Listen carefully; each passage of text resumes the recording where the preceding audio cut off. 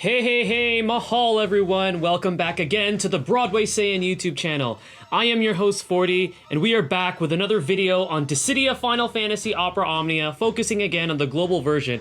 In today's video, we're going to be discussing the next character event that's going to be coming out, featuring the one, the only, the ever so popular one-winged angel, Sephiroth. Lot of hype for this event. As you know, he won the last character poll by a landslide due to his popularity, so this is going to be an exciting one for a majority of fans of not only Dissidia Final Fantasy Opera Omnia, but also Final Fantasy in general. So without further ado, let's go ahead and move forward and talk about the upcoming event for the global version of the game. So the One-Winged Angel event brings us Sephiroth. He has descended and joins the cast of global DFFOO. With his grace and deadly katana, he is a massive single-target DPS unit affiliated with the Green Crystal. Statistically, Sephiroth excels in attack, defense, initial brave, and max brave. However, his HP and speed are quite low. This event marks the free 15 CP era. That is right, folks. So with this event, we are now going to be awarded with a free copy of the 15 CP of the corresponding character that the event features as soon as we clear the event. So very, very cool, especially for free-to-play players who don't pull often on these banners. And again, just like the other character events, we're also going to be earning 2 copies of his 35 CP armor, Sephiroth's gloves, and also have it purchasable in the armor token shop. Vincent and Aiko are going to be joining Sephiroth as synergy characters to combat a much stronger mannequin version of himself as the event boss. So yes, the boss is going to be essentially Sephiroth Mannequin 2.0, and we're going to get to that later in the video. So we're going to take a look at his abilities. So his ability 1 is Fervent Blow, 10-hit melee brave attack. Simple, but yet very effective as it's 10 hits and it hits pretty hard. Ability 2, Octaslash, 7-hit melee brave plus HP attack. Grants Sephiroth unique buff called Genova and raises it by 1 stack for every usage of Octaslash. Genova lowers all the enemy speed and also raises Sephiroth's speed with a max stack of 4. So this actually helps him out because he does start off as very slow. He is of the very slow speed tier, so having this does help him out. Now taking a look at his crystal passes, Fervent Blow boost, max brave up 1 turn after you use Fervent Blow. I'd definitely put that on him. Critical brave gain, I do like the CP cost that it's 5, but I don't really think he needs it. Break speed up, I think he's already good enough as it is, earning that speed from Genova, so I personally don't think he needs this either because he's already going to be getting enough speed from the Genova stacks. Octaslash attack up, he gets an attack boost for 1 turn after he uses Octaslash. You definitely want more attack on him, so this would definitely help him out. Buff speed up. This could be one that you would want to give him because he is initially slow, so he gets a speed up while he's buffed, and since he uses Octaslash and gives himself that Genova unique buff, then he's going to automatically get this buff speed up. So this is something that you might want to give to him. Fervent Blow power up, brave damage dealt up by Fervent Blow. Definitely want to increase the damage of that ability. The Planet's Life, break bonus up when gaining Genova stack. So this one's kind of interesting. So you get a little bit more break bonus up. What I don't really like is that CP cost of 15. I feel like that could go for one of his artifact passives that you could farm up, but this one I think is a maybe. Octaslash power up, self-explanatory. I'd put it on Octaslash so that way you deal more damage. And then his final one, which is appropriately named One-Winged Angel. His initial brave, max brave attack, and defense are increased as long as his health is at max at the start of the final battle. So very similar to Terra's Trance. The CP cost is at 20, but it's fair for what it does, so I'd definitely put that on Sephiroth. Now his artifact passives are as follows. Buffed Guard, 1-star, 2-star, an increase in defense depending on which one you have. One-Wing Angel boost, so this increases the effects depending on which one you have of the One-Wing Angel passive. Mighty Fervent Blow, increase of brave damage for that ability, and then Mighty Octaslash, increasing the brave damage of that ability depending on which one you have. The best artifact passives in the order that I'd put him in are as follows. You definitely want that attack plus 108. He's a brave shaver, he's a damage dealer, you're going to want more attack. You're going to want that max brave plus 300 as a secondary because more max brave means he gets to deal more HP damage when he maxes out his brave. One-Wing Angel boost 2-star is a definite, at least 1, so then that way you really benefit off of that One-Wing Angel passive as long as, remember, he has to have max HP. And then the last 2 are going to be the ones that improve his abilities. If you happen to get the 2-star version of those, I would definitely maybe prioritize Fervent Blow first, only because it hits more than Octaslash, but either one is a great choice. So that's my evaluation as far as his artifact passives go.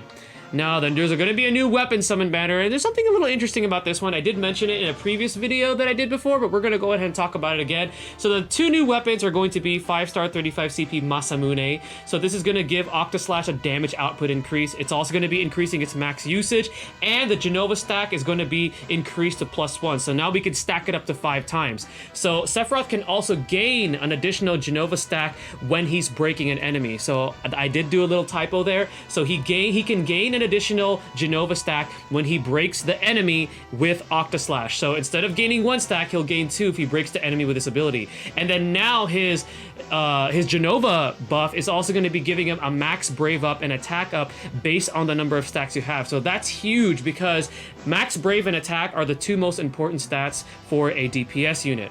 And then his 15 CP weapon is called Masamune Blade. It's going to just be giving a fervent blow a damage output increase. No further other effects for fervent blow, but it's cool. We get to increase the damage on that. And then the repeated weapons, which is why I say this is an interesting banner.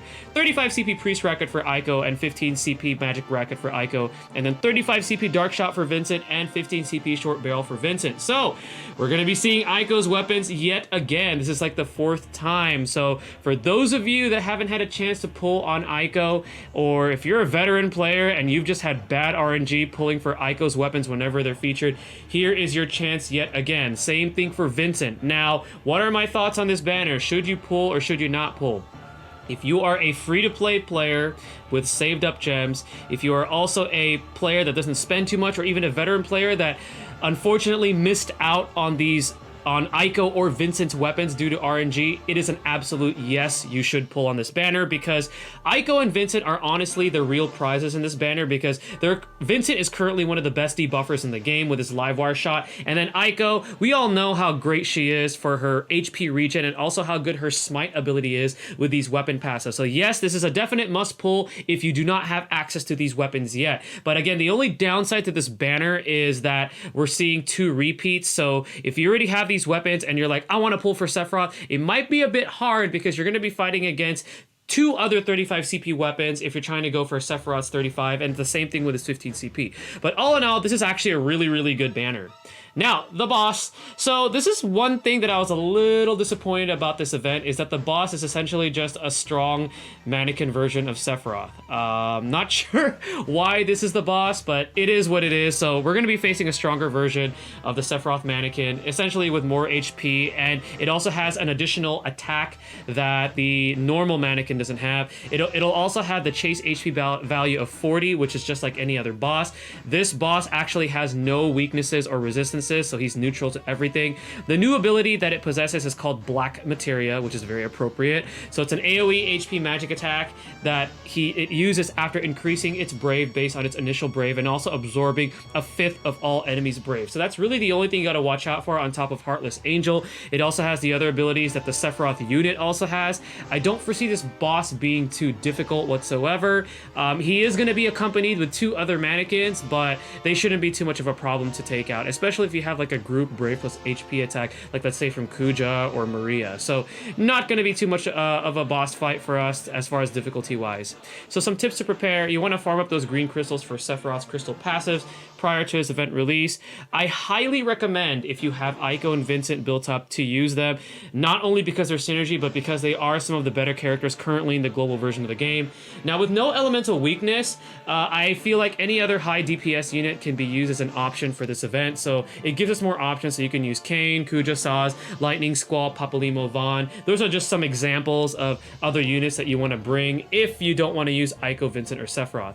And then summon of choice. So if you're going single player, you're going to be using Ifrit or Brothers. If you're going to go co-op, a lot of people still prefer Sylph or Chocobo, especially because you can summon them faster and end the event faster. But if you don't care and you just want to play for fun, you can bring Ifrit and Brothers for as good options as well. Although remember, they do take a lot longer to summon. Alright guys, so you guys know how I like to do these character preps. We're going to be taking a look at a gameplay showcase from my JP account for the upcoming Sephiroth event, so let's go ahead and take a look at that gameplay. Alrighty guys, here we are with the gameplay showcase for the upcoming Sephiroth event for the global version of the game. This is coming from my JP account. I do see, you guys can see that my Sephiroth, Vincent, and Aiko are built up to 60. My Vincent is missing his crystal passive level 60, but that's okay. But for the purposes of this video and to make it just a little bit more accurate compared to what we're going to be getting in global for Sephiroth, I did went ahead and remove their 55 and 60 crystal passives. I do have Sephiroth's EX, and just for you Sephiroth fans, I'm going to go ahead and use that EX for this gameplay showcase. So let's go ahead and hop right into the level 50 of his event. So, if they do it the same way as his Lost Chapters as I'm playing right now, we're probably going to be facing up against all these mannequins. Now, you guys can hear that music. It is the Genova boss theme. I really hope that they use this for the event's release, hopefully, because I do like the music from Final Fantasy VII.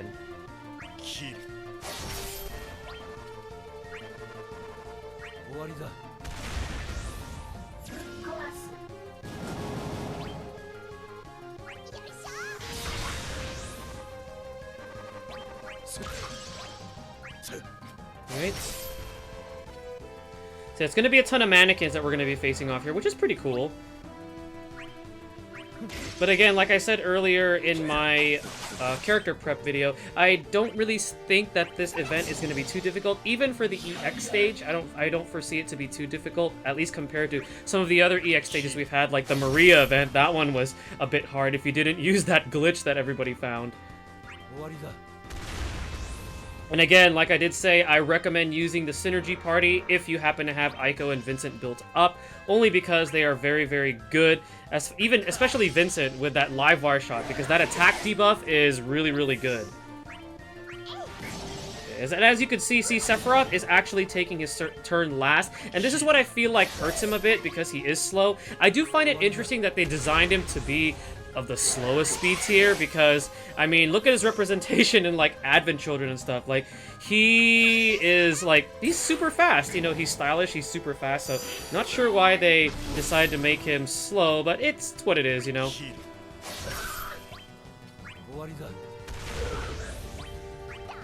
Alright, so we have our summon ready. We got one more here, so we have a Papalimo and Pinello mannequin. Let's get that HP regen up.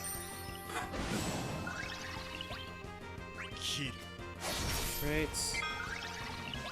Here we go.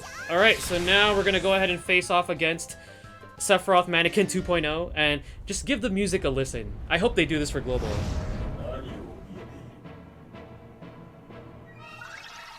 I hope that this track is in the game, because even though I'm not much of a Sephiroth fan, I do like this song. I really hope this is in the event.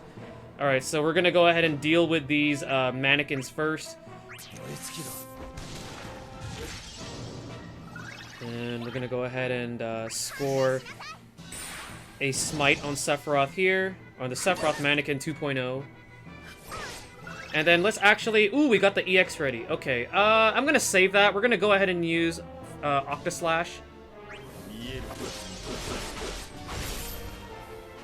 Okay, and because we did score a break, we got 2 stacks instead of just 1. Okay, we're gonna just go ahead and take care of this Vincent right here. Or actually, I have a better idea. I'm gonna live wire shot, so then the enemy Sephiroth gets that debuff. And then we're gonna go ahead and take out the Vincent mannequin. Alright, so now let's go ahead and take a look at Fervent Blow.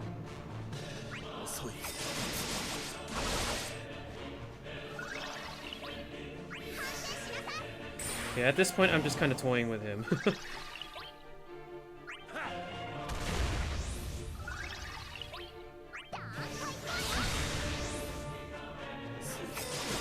Alright, now I'm gonna go ahead and use his... Here's his EX.